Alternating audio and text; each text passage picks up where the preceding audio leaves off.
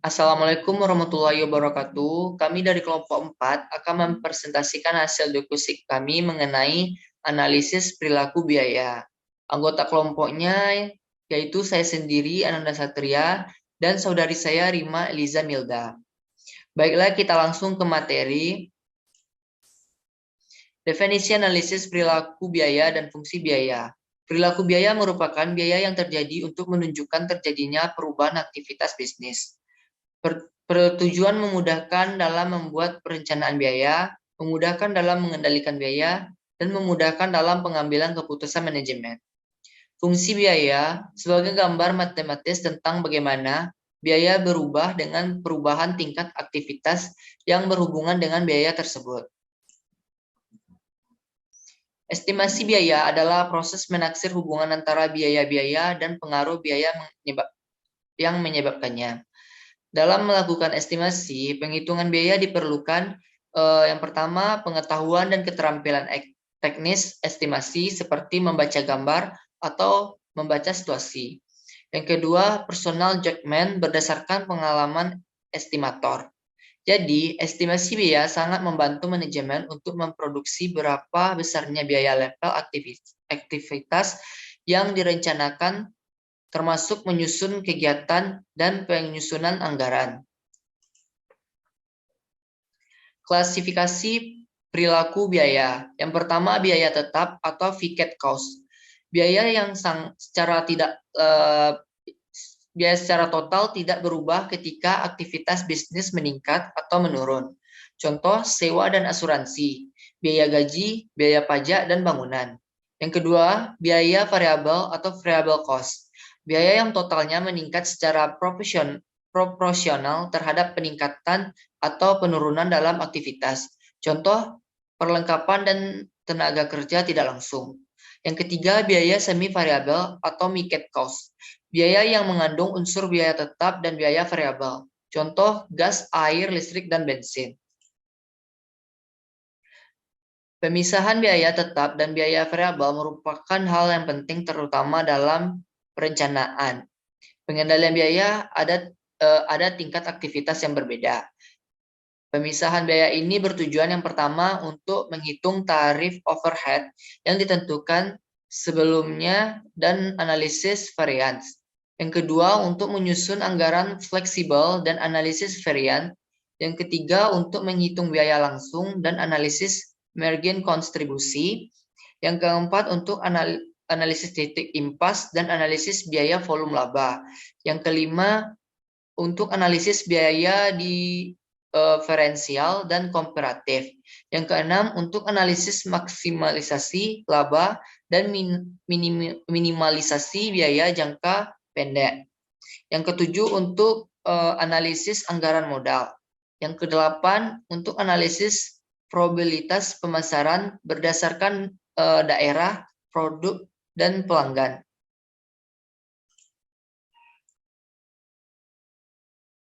Tiga cara pemisahan biaya semi variabel. Yang pertama, metode tinggi rendah atau high and low. Metode ini metode yang paling sederhana karena hanya perlu menghubungkan dua titik kegiatan yang paling rendah dan paling tinggi untuk membuat garis lurus. Metode ini baik digunakan untuk perusahaan yang biaya semi variabelnya fluktuasinya mudah sekali. Perubahannya dari bulan ke bulan. Yang kedua, metode Sebran grafik, stratigraph. Metode ini memperhitungkan lebih banyak titik-titik biaya dan kegiatan yang ada agar garis biaya yang ditarik di antara dua titik akan lebih mewakili berbagai tingkat biaya dan kegiatan dapat menggambarkan keadaan yang lebih realistis. Metode ini masih lebih baik daripada metode titik rendah dan tertinggi karena berusaha mempertimbangkan penghitungan rata-rata dari bermacam-macam titik-titik biaya campuran yang digambarkan dalam grafik. Yang ketiga, metode kuadrat terkecil. Metode ini dianggap lebih objektif dan lebih cermat dalam mengukur garis regresi daripada metode stratigraph. Karena metode kuadrat terkecil menggunakan pendekatan matematis untuk menentukan garis regresi daripada menggunakan pendekatan visual, ataupun hanya sekedar menghubungkan titik tertinggi dan terendah dalam grafik. Tidak seperti metode titik tertinggi dan terendah, metode kuadrat terkecil memperhitungkan seluruh data ketika menghitung rumus biaya. Baiklah, kita dan akan dilanjutkan oleh saudari saya kepada Rima Eliza Milda. Assalamualaikum warahmatullahi wabarakatuh. Baiklah, terima kasih kepada rekan saya yaitu Ananda Satria.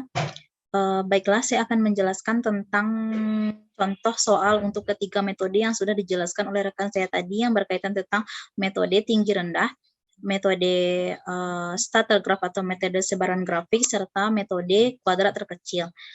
Metode tersebut diperlukan dalam melakukan pemisahan antara biaya tetap dan biaya variabel. Kita langsung saja dengan contoh soal untuk ketiga metode. Yang pertama, kita lihat dari tabel berikut ini. Ada bulan, biaya listrik, dan jam tenaga kerja. Dari bulan Januari sampai Desember, terdapat biaya listriknya rata-rata per bulan sebesar 570. Sedangkan jam tenaga kerjanya rata-rata per bulan 35.000. Biaya tertinggi biaya listrik kita ketahui dari bulan Desember sebesar 680 dengan jam tenaga kerjanya sebesar 48.000. Sedangkan biaya tertingginya yaitu terdapat pada bulan Agustus dan Juli sebesar jam tenaga kerjanya 26.000. Baik, kita lanjut ke penyelesaian dengan metode Higgs and Low atau metode tinggi rendah. Kita masuk ke dalam rumusnya.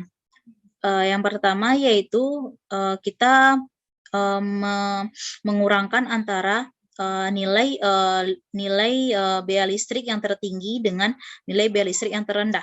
Kita ketahui bahwa nilai yang tertingginya yaitu 680 dan yang terendah yaitu 500. Jadi kita akan mengetahui selisihnya yaitu 180. Untuk tingkat aktivitasnya sama, kita harus mengetahui yang tertinggi berapa dan yang terendah berapa, nanti kita kurangkan. Yang tertinggi dari data soal tadi 48.000, sedangkan yang terendah 26.000, maka kita kurangkan menjadi 22.000. Jadi, tarif variabel atau variabaretnya sebesar 180 kita bagi dengan 22.000 per jam, maka hasilnya 0,00818 per jam tenaga kerja langsung. Yang kedua, kita mencari tentang biaya tetap. Caranya sama. Kita mengetahui harus membuat nilai tertinggi dan terendahnya, lalu kita kurangkan dengan variabel. Biaya variabelnya kita kalikan dengan berapa biaya tertinggi dan berapa biaya terendah, tingkat aktivitasnya. Dapat kita lihat dari tabel berikut. Total biayanya yang tertinggi sebesar 680, sedangkan biaya terendahnya 500. Biaya variabel yang tertinggi yaitu 393. 393 ini didapatkan dari 0,00818 dikali 48.000 dengan tingkat aktivitas, sehingga didapatkan hasil 393 biaya variabel untuk tingkat tertinggi. Sedangkan yang untuk terendah yaitu 500 kita kurangkan dengan 213. 213 kita dapatkan dari 0,00818 kita kalikan dengan 26.000, maka hasilnya 287 sama dengan biaya tertingginya. Maka dapat kita simpulkan bahwa biaya tetap dari keduanya adalah 287. Selanjutnya kita menggunakan penyelesaiannya dengan menggunakan metode yang kedua yaitu metode starter graph atau metode sebaran grafik. Kita masuk ke rumusnya. Rata-rata biaya bulanannya kita kurangkan dengan elemen tetap, maka mendapatkan hasil rata-rata bulanan elemen variabel dari biaya. Kita ketahui bahwa rata-rata biaya per bulannya sebesar 570. Kita ketahui dari data dari soal tadi. Yang kedua, elemen tetapnya yaitu 440. Kita ketahui dari grafik starter grafnya. Sehingga 570 kita kurang dengan 440 adalah 130. Maka masuk ke rumus, rata-rata bulanan elemen variabel dari biaya rata-rata kita bagi dengan rata-rata bulanan jam tenaga kerja langsung, sehingga kita mendapatkan biaya variabel per jam tenaga kerja. Kita masukkan angkanya, 130 kita bagi dengan 35.000 per jam, sama dengan 0,0037 per jam tenaga kerja langsung. Lanjut kita melihat grafik statografnya. Grafik ini dapat kita buat menggunakan Excel untuk lebih mudahnya. Metode statograf. Metode ini digunakan untuk menganalisis perilaku biaya. Dalam metode ini, biaya yang dianalisis adalah biaya variabel, dependen dan diplot di sekitar garis vertikal sumbu X dan sumbu Y. Sementara titik-titik yang berada di grafik tersebut adalah bukan sembarangan saja dibuat, tetapi titik-titik tersebut adalah data yang sebenarnya dari soal yang tadi kita bahas sebelumnya.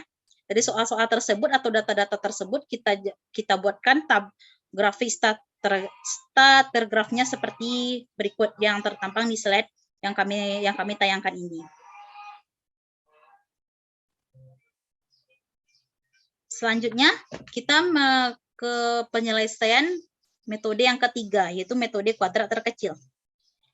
Dapat dilihatkan tabelnya, tabel yang sekarang ini hasil-hasilnya atau angka-angka yang semua ini dengan mudah kita mendapatkannya atau merumuskannya, kita membuatnya dengan Excel untuk memudahkannya untuk mendapatkan nilai Y, nilai X, dan nilai YI dikurang X dikuadratkan, itu akan mempermudah kita menggunakan Excel. Mari kita bahas satu persatu. Yaitu pertama ada tabel bulan, biaya listrik, selisih rata-rata biaya listrik, kuadrat dari selisihnya, jam tenaga kerja, selisih rata-rata jam tenaga kerja dikuadratkan dan dikalikan. Jadi untuk biaya listrik kita lambangkan dengan Y. Selisih rata-rata biaya listrik kita lambangkan dengan YI dikurang X. Sedangkan untuk kuadratnya kita lambangkan YI dikurang Y, kita kuadratkan. Sedangkan jam tenaga kerja langsung kita kuadratkan dengan kita lambangkan dengan X. Selisih rata-rata jam tenaga kerja langsungnya kita lambangkan dengan XI dikurang X. Sedangkan kuadrat yang keenam, tabel yang keenam, XI dikurang X kita kuadratkan. Sedangkan yang selanjutnya yaitu tabel ketujuh, yaitu XI dikurang X dikurang YI dikurang Y. Semua hasil ini setelah didapatkan semua perhitungannya, maka baru kita bisa masuk ke dalam rumus. Ini rumusnya. Sama dengan kita lihat rumusnya B sama dengan sigma buka kurung XI dikurang X dikalikan YI dikurang Y tutup kurung dibagi dengan sigma XI dikurang X dikuadratkan. Kan kita sudah mengetahui tadi hasil dari XI dikurang X sama dengan dikali dengan YI dikurang Y adalah sebesar Rp2.270.000. Sedangkan untuk hasil dari YI dikurang X dikuadratkan kita sudah juga mengetahui hasilnya, yaitu 521 juta. Maka kita bagi hasilnya sehingga mendapatkan nilai B-nya yaitu 0,0044 per jam. Jadi kita masukkan ke dalam rumus regresi linier atau matematisnya, yaitu Y sama dengan A ditambah BX. Y-nya kita mengetahui kan rata-rata per bulannya sebesar 570 sesuai dengan tabel tadi. Kita sama dengan A ditambah kita kalikan nilai B, yaitu B kan sudah kita ketahui tadi 0,004 kita kalikan dengan 35.000, yaitu X-nya kita ketahui dari tabel tadi nilai rata-rata per bulannya. 570 sama dengan A ditambah 154 hasil pengalian antara BX, maka nilai A-nya yaitu 416 US dollar, yaitu elemen biaya listrik per bulannya. Jadi kita mendapatkan elemen biaya listrik per bulannya sebesar 416.000. Baik, hanya itu yang dapat saya sampaikan. Jadi kesimpulan dari materi kami yang berkaitan tentang analisis perilaku biaya adalah: 1.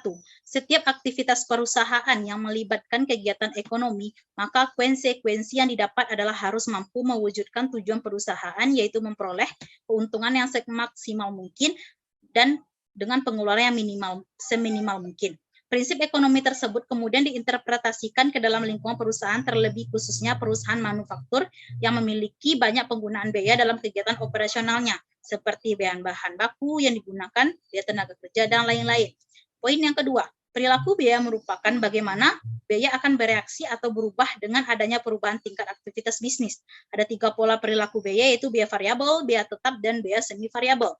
Yang ketiga, atas dasar pengaruh volume kegiatan terhadap biaya, biaya digolongkan menjadi 3, yaitu biaya tetap, biaya variabel, dan biaya semi variabel.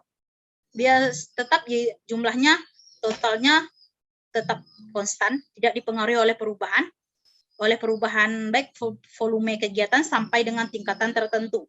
Biaya variabel jumlahnya totalnya berubah secara proporsional dengan perubahan volume kegiatan. Yang terakhir, pengenalan dan penggolongan perilaku biaya ini bermanfaat untuk 1. Perencanaan biaya, yang kedua, pembuatan keputusan, yang ketiga, dan pengendalian. Terdapat 3 faktor kunci yang mempengaruhi biaya, yaitu pengaruh manajemen terhadap biaya, karakteristik biaya yang dihubungkan dengan keluaran, dengan pengaruh volume kegiatan terhadap biaya yang diprediksi. Biasanya di masa yang akan datang mengandung ketidakpastian dan probabilitas. Baiklah, sekian dari kelompok kami. Apabila ada kesalahan, tolong dimaafkan. Akhir kata dari saya, Assalamualaikum warahmatullahi wabarakatuh.